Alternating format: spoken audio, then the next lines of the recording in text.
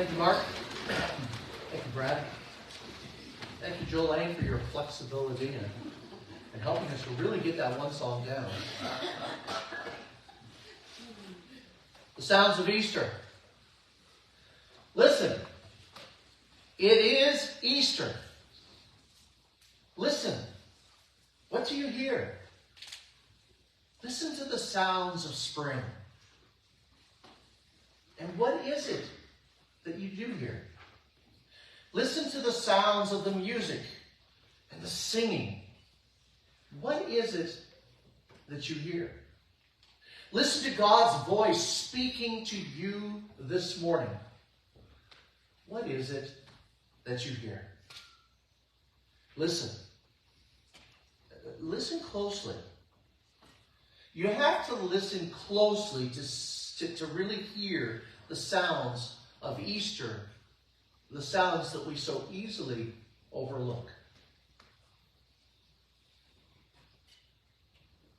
I hear the terrible death and his standard bearer called corruption.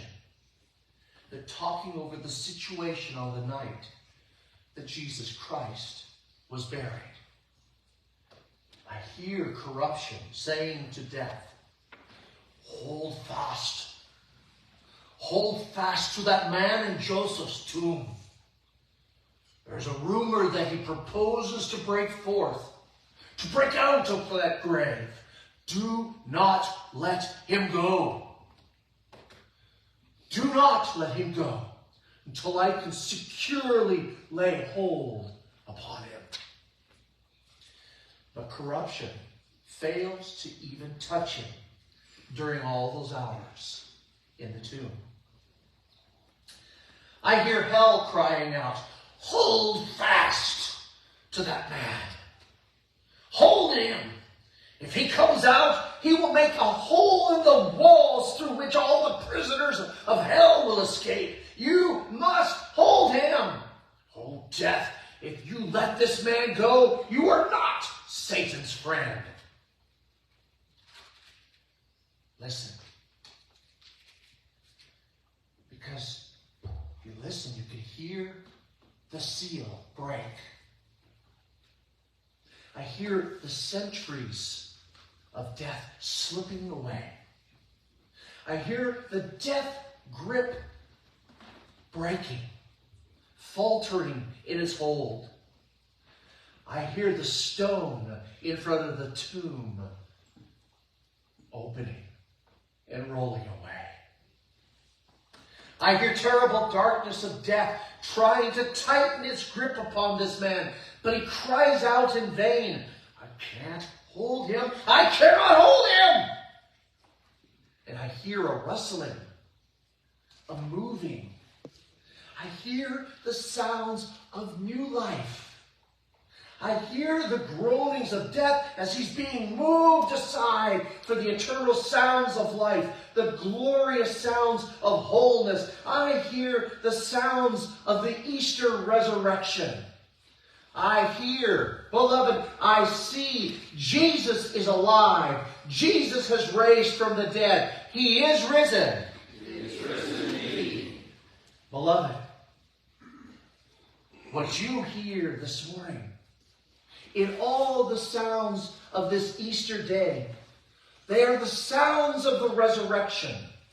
They are the sounds of new life. They are the sounds of freedom and release. They are the sounds of wholeness. They are the sounds of grace and love. They are the sounds of forgiveness and worship, the sounds of joy and celebration. What do you hear this morning? What are you experiencing this morning in the power of the resurrection? Today, we hear. Today, we can feel and experience new life. Now, how do I know we can hear this? Because I know my Redeemer lives. Hallelujah. He is risen. He is risen indeed. I feel I hear. I'm in contact with new life that he has brought into this very soul, into your very soul.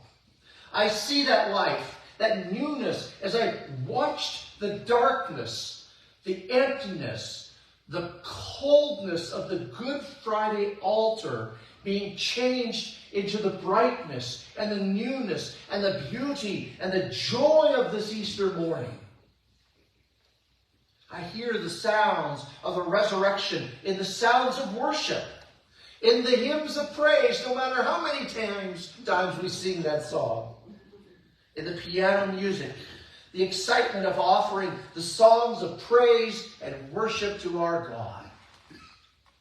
I feel the power of the resurrection as I look over the faces of those who know that they know that they know that their Redeemer lives. Amen? The Lord has risen. He is risen indeed. Listen closely, beloved. Listen closely. Because there are some other sounds that we can hear as well. Because, see, if you listen closely, you can also hear the sounds of the past. I can hear the grating, grinding sound of past life.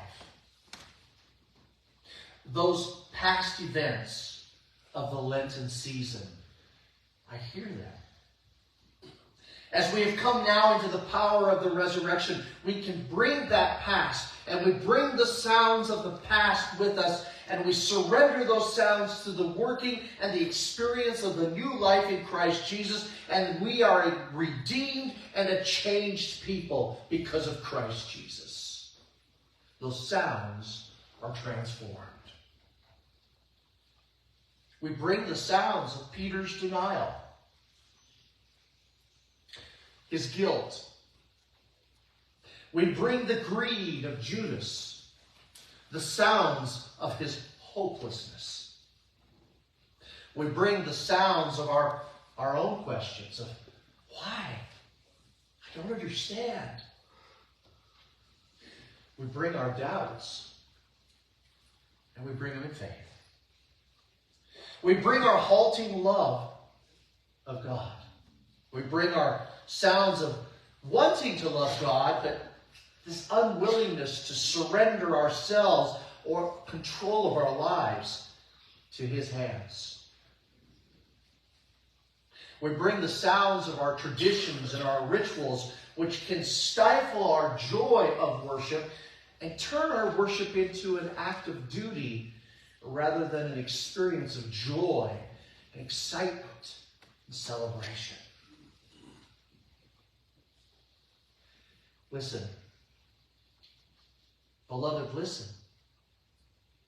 We bring into the power of the resurrection all of those sounds of the past. Your past, my past. We bring into the power of the resurrection all the sounds of that which we experienced and dealt with in the Lenten season.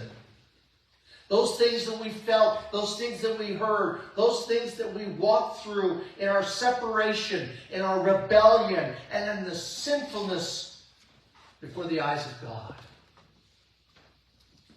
We bring all of that into the redeeming power of the Easter resurrection and the work of the redemption, and the cleansing and the forgiveness of Christ takes place. You are forgiven. Healing begins. And those old sounds, they're transformed into the sounds of joy, into the sounds of hopefulness, into the sounds of strength and courage as we live now in the spirit of the greatness and the goodness and the freedom that the resurrection of Jesus Christ has given to us. Amen? Amen.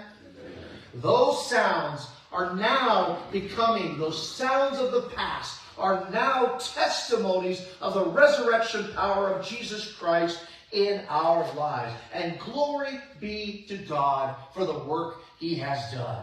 He is risen. He is risen indeed.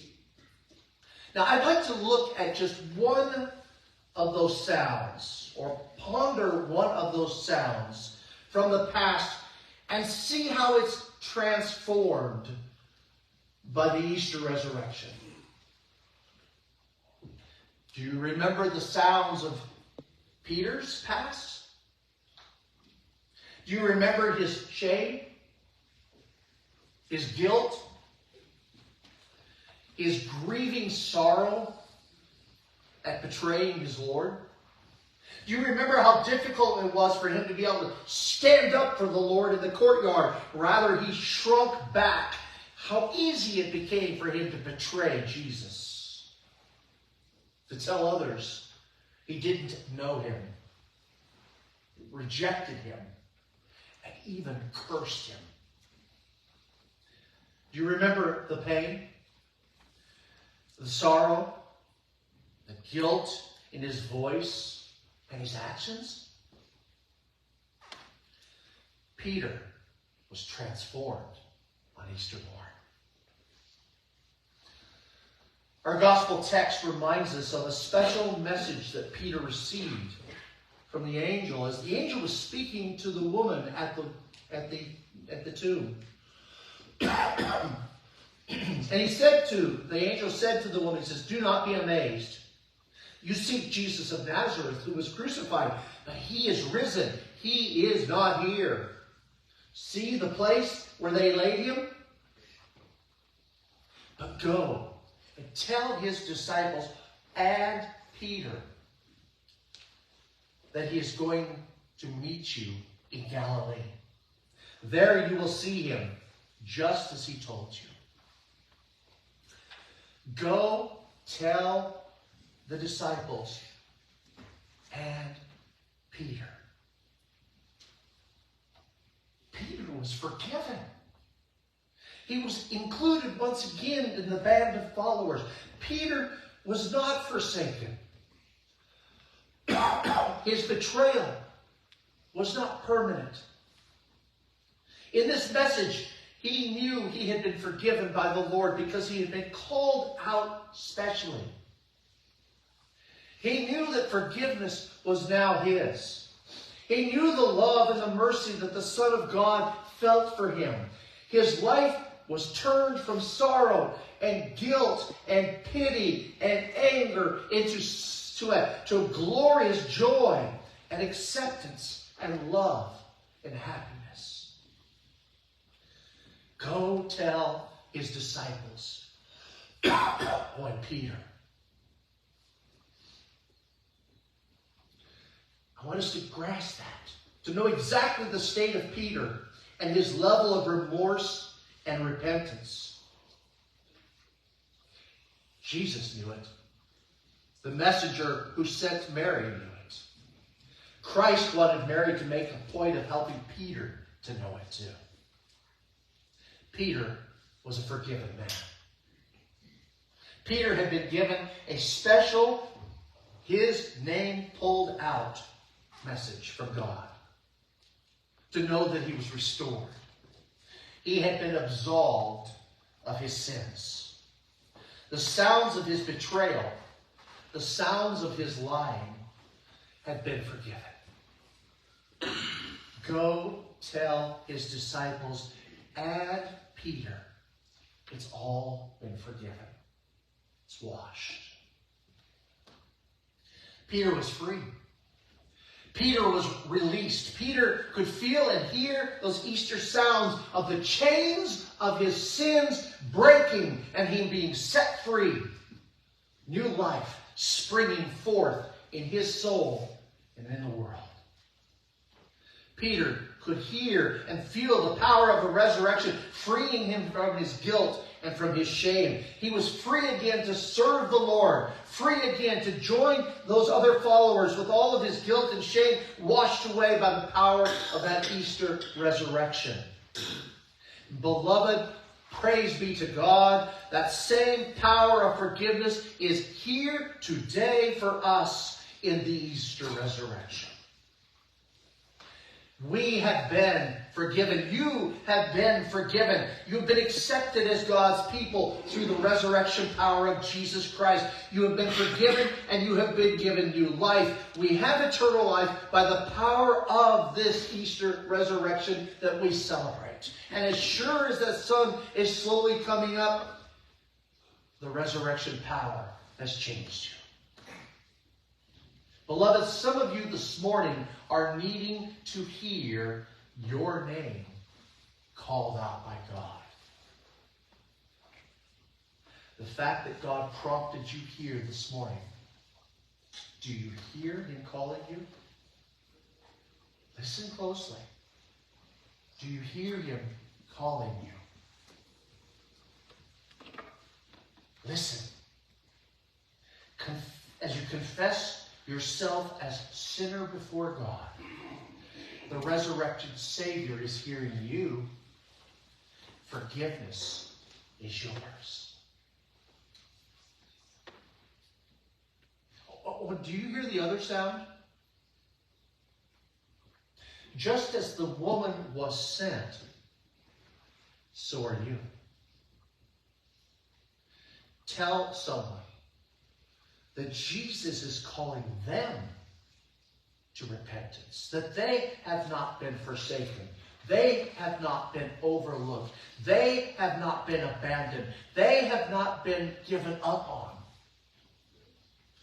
They desperately need to experience the gospel in their own lives, and God has sent you and I to tell them their name has been called. Will you listen? Will you go?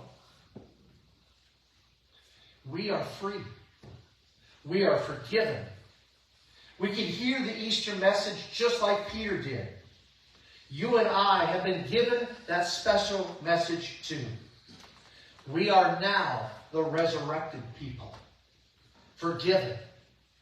We are God's people. We are Christ's very